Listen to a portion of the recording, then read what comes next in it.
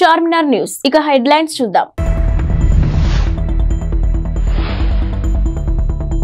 సూర్యకుమార్ యాదవ్ ని ఎలా ఆపాలి? మాజీ పేసర్ జహీర్ ఖాన్ చెప్పిన సమాధానం ఇదే. బిర్యానీ ఆర్డర్లలో నగరవాసులే టాప్, స్విగ్గీ నివేదికలో వెల్లడి.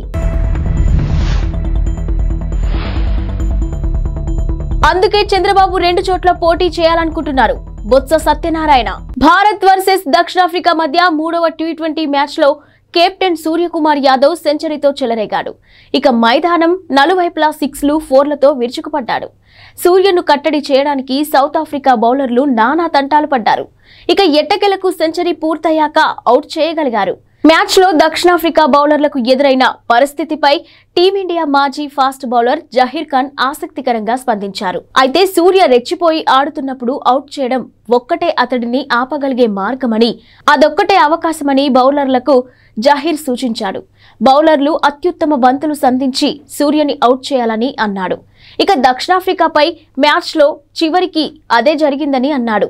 సూర్య బ్యాటింగ్ పై స్పందిస్తూ తనకంటూ ప్రత్యేక గుర్తింపును తెచ్చుకుంటున్నాడని, ఈ విషయంలో ఎలాంటి సందేహం లేదని జహీర్ ఖాన్ అన్నాడు. ఇక మిస్టర్ 360 మైదానం నలువైపులా షాట్లు కొట్టగల సమర్థుడని, బౌలర్లకు ఇది చాలా కష్టతరమని అన్నాడు. ఫీల్డింగ్ పరిమితులు ఉంటాయి కాబట్టి బౌలర్లకు ఎప్పుడూ కష్టమేనని అన్నాడు. ఇక సూర్య లాంటి బ్యాటర్ క్రీజ్లో ఉన్నప్పుడు బంతిని long on mid wicket cover మీదుగా 6లు కొట్టగలరని, ఇది బౌలర్లకు కఠినమైనదని పేర్కొన్నాడు.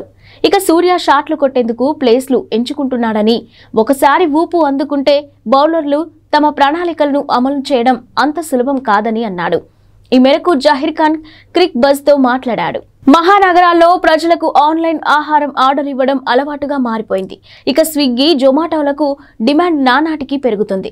మరోవైపు సంవత్సరాంతం వచ్చేసిన నేపథ్యంలో ఇక స్విగ్గీ ఈ ఏడాది అత్యధికంగా ఆర్డర్స్ వచ్చిన వంటకాల గురించి ఓ నివేదికను విడుదల చేసింది.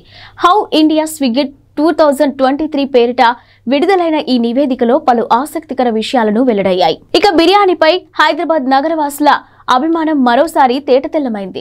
దేశంలోని నగరాల్లోకెల్లా హైదరాబాద్లో అత్యధికంగా బిర్యానీ ఆర్డర్లు వచ్చినట్టు స్విగ్గీ తన నివేదికలో పేర్కొంది.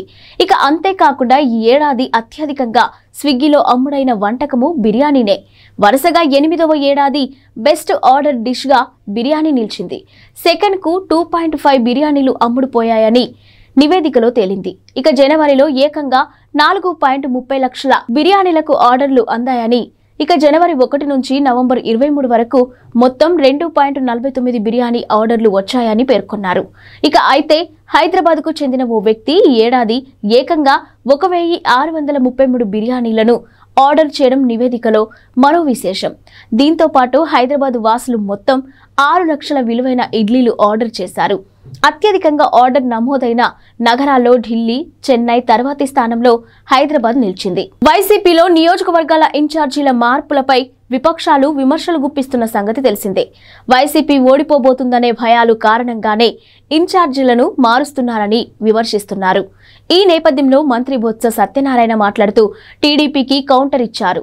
మార్పులనేవి ప్రతి పార్టీలో జరిగే ప్రక్రియేనని ఆయన అన్నారు. ఇక గత ఎన్నికల్లో చంద్రబాబు సీట్లు ఇచ్చిన అందరూ గెలిచారా అని ప్రశ్నించారు.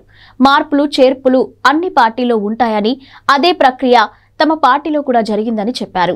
కుప్పంలో గెలుస్తాననే నమ్మకం చంద్రబాబుకు లేదని, అందుకే 2 చోట్ల పోటీ చేయాలనుకుంటున్నారని బొత్స ఎద్దేవా చేశారు. విడతల వారీగా మద్యం నిషేధం చేస్తానని చెప్పిన ముఖ్యమంత్రి జగన్ అదే చేస్తున్నారని చెప్పారు. ఇక సామాన్యులకు మందు దొరకకుండా చేస్తున్నామని తెలిపారు. మద్యం విషయంలో ప్రజల్లో పరివర్తన తెస్తున్నామని తెలిపారు. ఇక అంగన్వాడీల ఆందోళన విరమించాలని సూచించారు. తుఫాను కారణంగా జరిగిన పంట నష్టంపై చంద్రబాబు నోటికి వచ్చినట్టు మాట్లాడుతున్నారని బొత్స మండిపడ్డారు. వర్షం తగ్గాక పంట నష్టంపై అంచనా వేస్తారని తెలిపారు. రంగు మారిన ధాన్యాన్ని కూడా కొనాలని ముఖ్యమంత్రి సూచించారని చెప్పారు. ప్రజలకు అండగా ఉన్నది వైసీపీ అని, వచ్చే ఎన్నికల్లో టీడీపీ తుడిచిపెట్టుకుపోవడం ఖాయమని జోసెం చెప్పారు. బహిరంగ మూత్ర విసర్జన వద్దన్నందుకు ఓ మాజీ సైనికుడు కాల్పులు జరిపాడు. దేశ రాజధాని ఢిల్లీలో బుధవారం రాత్రి జరిగింది ఈ ఘటన. ఇక పోలీసుల కథనం ప్రకారం బురాలిలోని రాయల్ అపార్ట్మెంట్కు చెందిన మాజీ సైనికుడు రవీంద్ర బహిరంగంగా మూత్ర విసర్జన చేస్తుండగా చూసిన అదే అపార్ట్మెంట్కు చెందిన హేమంత్ ప్రశ్నించాడు. బహిరంగ మూత్ర విసర్జన చేయకూడదని హెచ్చరించారు. దీంతో ఆగ్రహంతో ఊగిపోయిన రవీంద్ర చెప్పేందుకు నువ్వెవరంటూ అతడిపై తుపాకీ ఎక్కుపెట్టాడు. 2 రౌండ్లు కాల్చాడు. కాల్పులో హేమంత్ గాయపడ్డాడు. వారించిన మరో వ్యక్తిపైన రవీంద్ర దాడికి దిగాడు. ఈ ఘటనపై కేసు నమోదు చేసుకున్న పోలీసులు నిందితుడు రవీంద్రను నిన్న అరెస్ట్ చేశారు. ఘటన జరిగిన సమయంలో నిందితుడు మద్యం మత్తులో ఉన్నట్టు తెలిపారు. ఎన్నికల ప్రచారంలో కాంగ్రెస్ ఇచ్చిన 6 గ్యారంటీల్లో ఒకటైన 500కే గ్యాస్ సిలిండర్ పథకం హామీని నిలబెట్టుకునేందుకు రేవంత్ రెడ్డి ప్రభుత్వం రెడీ అవుతుంది. ఇక మహాలక్ష్మి పథకం కింద అందించనున్న గ్యాస్ సిలిండర్ను అందించనుండగా ఇందుకోసం 2 రకాల ప్రతిపాదనలు సిద్ధం చేసినట్టు తెలుస్తుంది. రేషన్ కార్డు ఉన్న వారితో పాటు లేని వారిలోనూ లబ్ధిదారులను ఎంపిక చేయడం అందులో మొదటిది కాగా, ఇక రెండవది రేషన్ కార్డుతో పని లేకుండా లబ్ధిదారులకు అందించడం రెండవదని చెప్పుకొచ్చారు. రాష్ట్రంలో మొత్తం 1.20 కోట్ల గ్యాస్ కనెక్షన్లు ఉండగా వీరిలో 44% మంది అంటే 52.80 లక్షల మందికి ప్రతి నెల రిఫిల్ బుక్ చేసుకుంటున్నారు. ఇక రేషన్ కార్డు ఉన్న కుటుంబాలు 89.99 లక్షల చొప్పున. ఈ లెక్కన తొలి ప్రాతిపాదికన ప్రకారం ఈ పథకాన్ని త్వరగానే అమలు చేయవచ్చు. కాకపోతే అనర్హులు కూడా లబ్ధిదారులయ్యే అవకాశం ఉందని పేర్కొన్నారు. అంటే దాదాపు 1 కోటి మందికి పైగా 500 రూపాయలకే గ్యాస్ సిలిండర్ ఇవ్వాల్సి ఉంటుంది. అదే రెండో ప్రతిపాదనను కనుక పరిగణలోకి తీసుకుంటే లబ్ధిదారుల గుర్తింపు కోసం ఎక్కువ సమయం పట్టే అవకాశం ఉంది.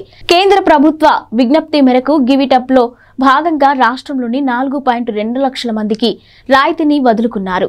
ఇక దీంతో మిగిలిన వినియోగదారుల్లో ఎంతమందిని ఈ పథకానికి ఎంపిక చేస్తారనేది ఆసక్తికరంగా మారింది. ఇక ఈ పథకానికి ఎంపికయ్యే లబ్ధిదారులకు ఏడాదికి 6 సిలిండర్ల చొప్పున ఇస్తే ప్రభుత్వంపై దాదాపుగా 2,225 కోట్ల అదనపు భారం పడుతుంది. ఇక అదే 12 సిలిండర్లు ఇస్తే కనుక ఇది రెండింతలవుతుందని పేర్కొన్నారు. బీఆర్ఎస్ ప్రభుత్వం గతంలో ఏర్పాటు చేసిన కొత్త జిల్లాలను కుదించడం ఉండదని ఎమ్మెల్సీ జీవన్ రెడ్డి పేర్కొన్నారు. వాటితో ప్రజలకు కొంత ప్రయోజనం చేకూరిందని పేర్కొన్నారు. ఇక గురువారం కరీంనగర్లో ఏర్పాటు చేసిన మీడియా సమావేశంలో ఆయన ఈ విషయాలను వెల్లడించారు. కొత్త జిల్లాల ఏర్పాటుతో ఆయా ప్రాంతాల్లోని మెడికల్ కాలేజీలు వచ్చాయని, అటువంటి అభివృద్ధి వల్ల ప్రజలకు మేలు జరుగుతుందని పేర్కొన్నారు. హుస్నాబాద్ నియోజకవర్గ కేంద్రాన్ని కరీంనగర్ జిల్లాలో విలీనం చేయాల్సిందేనని, రేవంత్ రెడ్డి పర్యటనలో ఈ విషయమై తాను అక్కడి ప్రజలకు హామీ ఇచ్చానని తెలిపారు. ఇక రాజకీయ ప్రయోజనాల కోసం సిద్దిపేట జిల్లాలో కలిపిన హుస్నాబాద్ ను మునుపటిలా కరీంనగర్ కు మార్చుతామని స్పష్టం చేశారు. రామ్ గోపాల్ వర్మ తాజా చిత్రం వ్యూహం ఈ నెల 29న థియేటర్లోకి వస్తుంది. ఈ సినిమా ప్రమోషన్ లో ప్రస్తుతం వర్మ బిజీగా ఉన్నారు. ఎక్స్ వేదికగా తనదైన శైలిలో కామెంట్లు చేస్తూ ప్రేక్షకులను ఆకర్షించే ప్రయత్నం చేస్తున్నారు. ఎప్పటి మాదిరే వర్మ మరోసారి జనసేన అధినేత పవన్ కళ్యాణ్ పై సెటైర్లు వేశారు. ఇక జనసేనలో చంద్రబాబు కోవట్ పవన్ కళ్యాణే అని అనిపిస్తుందని ఆయన వ్యాఖ్యానించారు. ఈ వ్యాఖ్యలపై పవన్ ఫ్యాన్స్ విరుచుకుపడుతున్నారు. మరోవైపు వ్యూహం చిత్రానికి సంబంధించి ఆర్జీవీ ఒక పోస్టర్ను కూడా షేర్ చేశారు. ఇందులో పసుపు రంగులో ఉన్న ఒక సైకిల్ ను ఉంచారు. టీ గ్లాస్ జనసేన గుర్తును తాను పట్టుకున్న ఫోటోను పెట్టారు. వెనుక ఒక చింపాంజీ కూడా ఉంది. నా వెనుక ఉన్న జంతువుకు చీర్స్ అని క్యాప్షన్ పెట్టారు.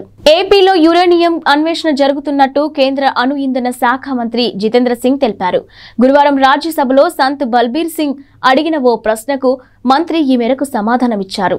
మొత్తం 4 జిల్లాల్లో యురేనియం కోసం అన్వేషిస్తున్నట్టు వెల్లడించారు. వైఎస్ఆర్ జిల్లాల్లోని నల్గొండవారిపల్లె, అంబకపల్లె, బక్కన్నగారిపల్లె, శివరాంపురం, పించ, కుమ్మరంపల్లె, నాయగాపల్లెలో అన్వేషణ సాగుతుందని మంత్రి పేర్కొన్నారు.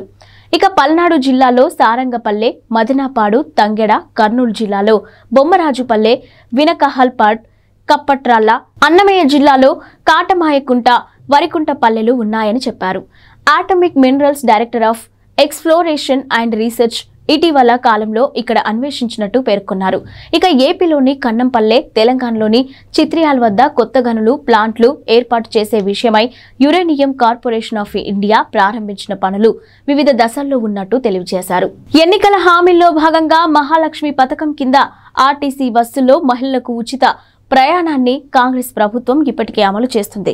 కాగా గురువారం రాత్రి 12 గంటల నుంచి జీరో టికెటింగ్ విధానం అమల్లోకి వచ్చింది. ఇక శుక్రవారం నుంచి జీరో టికెట్లను జారీ చేయాలని ఆర్టీసీ అధికారులకు ఆర్టీసీ ఎండీ వీసీ సజ్జనార్ ఆదేశాలను జారీ చేశారు.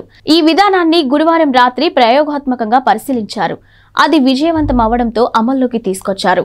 ఇక ఈ మేరకు టికెట్లు జారీ చేసే టీమ్ మిషన్లలో ప్రత్యేక సాఫ్ట్వేర్ ను ఇన్స్టాల్ చేశారు.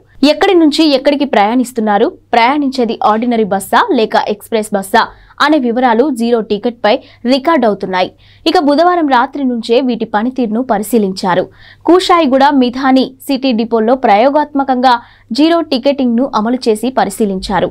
మరోవైపు రెగ్యులర్ బస్సులతో పాటు ప్రత్యేక బస్సుల్లో కూడా మహిళలకు ప్రయాణ ఉచిత సౌకర్యాన్ని కల్పించాలని టీఎస్ఆర్టీసీ నిర్ణయించింది. పండగలు, జాతరల సమయాల్లో నడిపే బస్సు సర్వీసుల్లో కూడా ఉచిత ప్రయాణాలు చేయవచ్చని తెలిపింది. వారాంతాల్లో నడిపే అదనపు బస్సులకు ఈ నిర్ణయం వర్తిస్తుందని తెలిపింది. మహిళలు, బాలికలు, ట్రాన్స్జెండర్లు జీరో టికెట్ పై ప్రయాణించవచ్చని తెలిపారు.